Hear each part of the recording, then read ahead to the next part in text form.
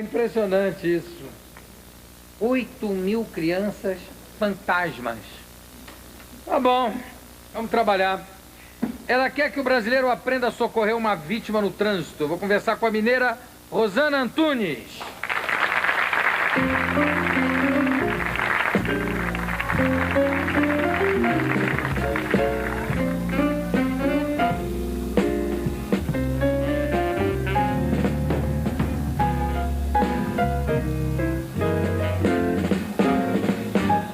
Rosana, há 2 anos, vamos explicar um pouco o porquê desse papo. Há 2 anos a sua mãe sofreu um acidente de carro em São Paulo. Sim. E por má informação de quem socorreu, o estado da sua mãe foi agravado. Conta um pouco como é que foi esse acidente e o que aconteceu. Foi na rodovia Padre Manuel da Nóbrega e no acidente ela tinha fraturado a coluna.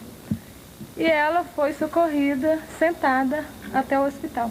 E ela não poderia ter sido socorrida desta forma. Ela não poderia ter sido socorrida sentada? Não. E ela foi socorrida por leigos? Eu morei com ela posteriormente durante 1 ano no hospital de reabilitação. As pessoas prestam socorro por solidariedade. Não, digo, na hora que ela foi socorrida, foi um leigo que estava passando? Foram pessoas da minha família. Só que no hospital eu descobri que a população em geral não sabe prestar socorro às vítimas de trânsito, inclusive grande parte dos médicos. Inclusive grande parte dos médicos. E a sua mãe hoje sua mãe está com que idade? 54 anos. E qual foi a consequência dessa fratura? Ela ficou paralítica? Ficou paralítica. Está usando uma cadeira de rodas. Agora, se a sua mãe não tivesse sido transportada sentada, era possível que ela não tivesse ficado paralítica? Sim. Ah, é? É. Por que isso? Porque no acidente não tem como a gente prever, mas ela poderia ter fraturado apenas uma vértebra.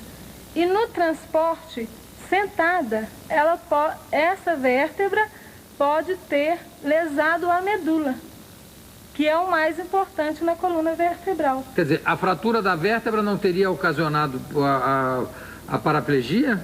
Talvez. Talvez não tivesse ocasionado, porque talvez não tivesse afetado a medula, lesado a medula. Exatamente. Inclusive, há pessoas, quando rompem, né, fraturam a coluna cervical, que é mais em cima, até morrem, porque lesa a medula e afeta a respiração.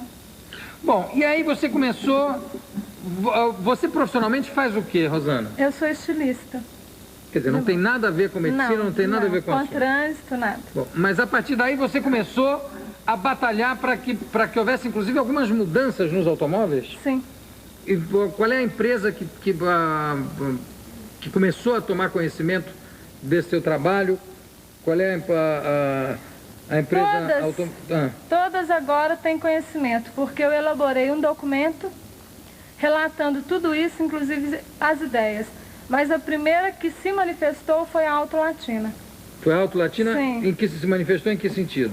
Que recebeu o material que eu enviei e que está sendo feito um estudo para que se inclua no manual do proprietário que acompanha todos os veículos um capítulo destinado às noções de primeiros socorros. Ah, isso é ótimo. Isso viria aqui. Nesse manual já tem, não? Sim, as ideias basicamente são as seguintes. Nesse manual do proprietário, ele vem tudo que se refere ao veículo, mas não há nada relacionado à vida humana. Seria nesse manual. Nesse manual aqui já tem? Não tem. Não tem. Inclusive... Seria para incluir no manual do proprietário noções... de primeiros socorros em caso de acidente.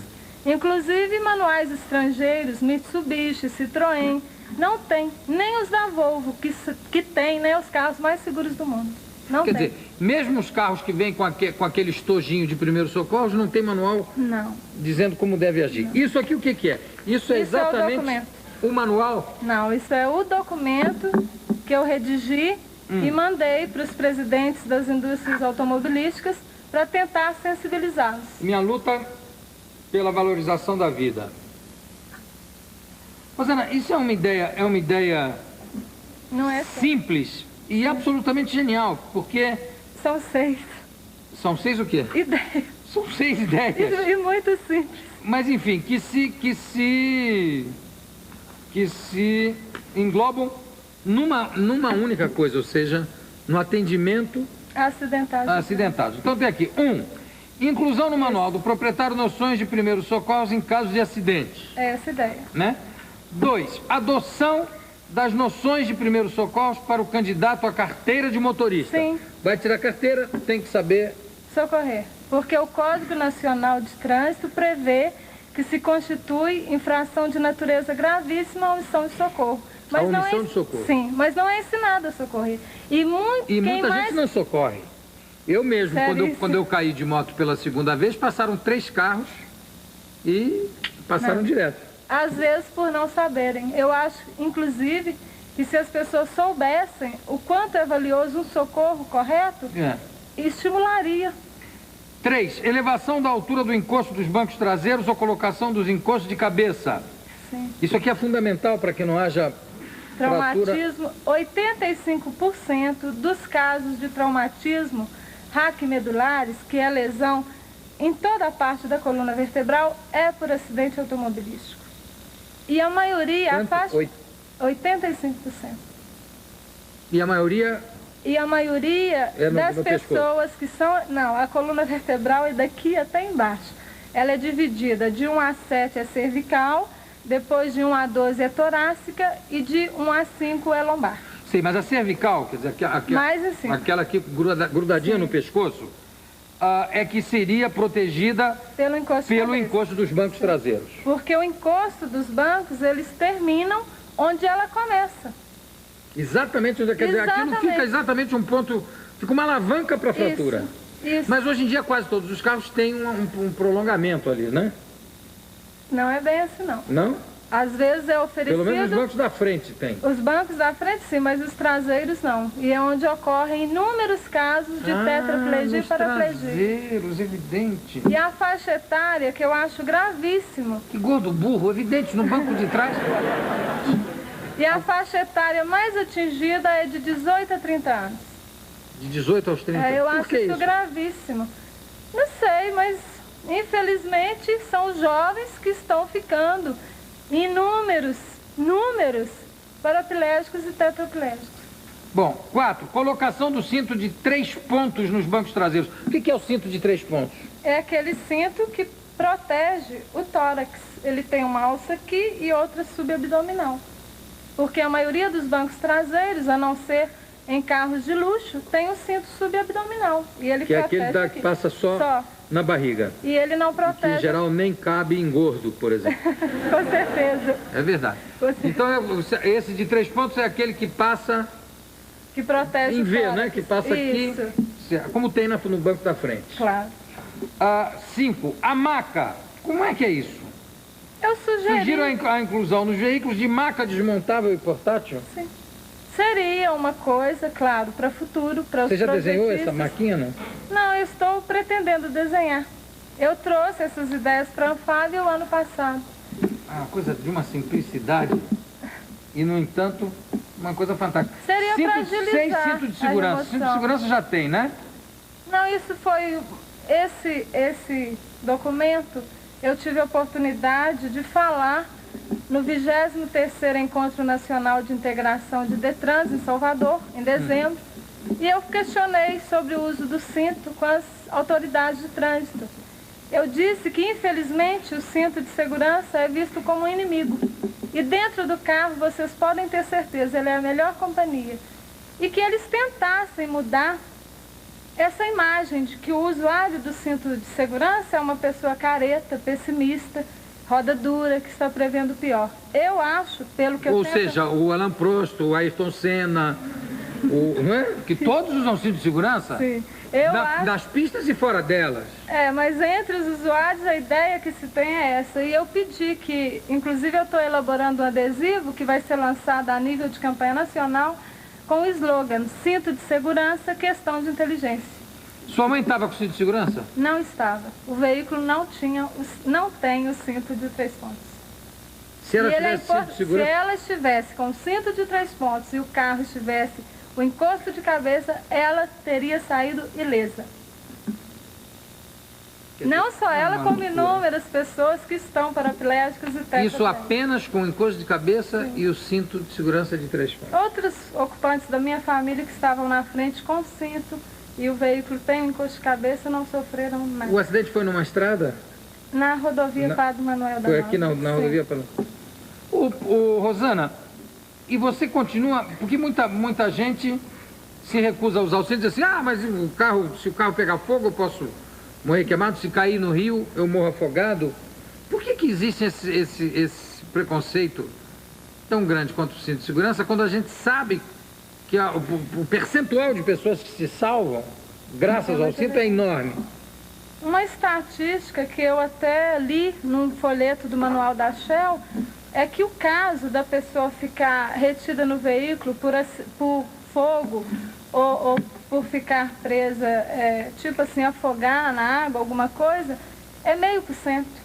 E as pessoas também, a chance, se elas estiverem usando o cinto e sofrerem um acidente, a chance que ela tem de estar consciente, sair consciente do acidente para destravar o cinto e sair, é muito maior do que se ela estiver sem o cinto e de repente sofreu um acidente, o carro pegar fogo ou a pessoa cair no rio e ficar afogada. Já inconsciente. Sim. Rosana, por que os carros aqui não são equiparados com as mesmas, com os mesmos equipamentos de segurança que são no resto do mundo? Há uma diferença? Que há. Agora, eu acho que há um desconhecimento da população como que ficam as pessoas que escapam dos acidentes graves. Quem vê um usuário de uma cadeira de roda, imagina que ele está numa cadeira de roda e que ele tem a limitação das pernas. Mas há um processo atrás da cadeira de rodas de lesões irreversíveis seríssimas. Disso. Por exemplo, Rosana? Os órgãos sexuais são afetados. Certo. Então, inúmeras pessoas ficam eximindo o prazer sexual para o resto da vida. Eu acho isso seríssimo. Uhum. Os órgãos intestinais, urinários, não funcionam. Tem que se adaptar processos chamados de CREDE, sondas, para o resto da vida. Tem o problema... Os órgãos intestinais também? Não, é tudo paralisado. Tem o traumatismo raquimedular, o corpo todo fica totalmente comprometido. A pessoa então tem que ser massageada, tem que ser... Tem que fazer fisioterapia, o tratamento é caríssimo.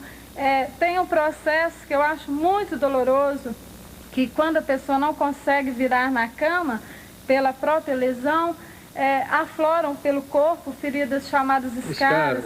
Então, é um processo muito sério, muito doloroso. E as pessoas desconhecem. E a população também não cobra, né, a segurança nos veículos.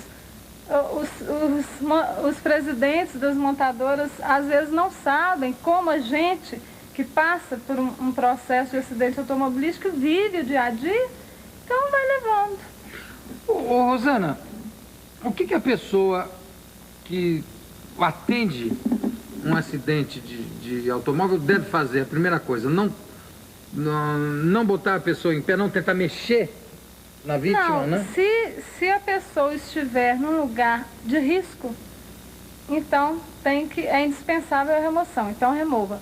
Mas se estiver num lugar que possa aguardar um socorro especializado, então é melhor aguardar. Mas se for indispensável de toda forma tirar a pessoa do carro, todo mundo deve proceder como se a pessoa fosse portadora de lesão na coluna. Ou seja, e aí explica, nesse pequeno manual... Explica. A Shell editou o número 14, parar para socorrer, parar para ajudar ou seguir em frente. E fez um resumo de uma forma muito interessante de como socorrer um acidentado de trânsito. Isso no Tem número... dicas valiosas no número 14. Do manual da Shell, daquele guia da Shell. Ela questionou também que para a gente nunca dar líquidos aos acidentados. Dicas muito simples, mas que são de grande valia, que evitariam até mortes. Bom, eu conversei aqui com a Rosana Antunes, que, como vocês estão vendo, ficou absolutamente informada a respeito de problemas com acidentes de automóvel, e uma pessoa extremamente criativa que deu uma ideia que pode ser utilizada no mundo inteiro, que é essa de se incluir no manual de cada carro. É uma coisa que Realmente é um ovo de Colombo, porque é uma coisa que não custa nada, incluindo um manual de cada carro, um manual também de primeiros socorros. Rosana, muitíssimo obrigado pela tua presença, a todos vocês muito boa noite, porque a gente termina o programa de hoje ouvindo o som do Quinteto 11 e meia, que como vocês todos sabem, aliás, está aí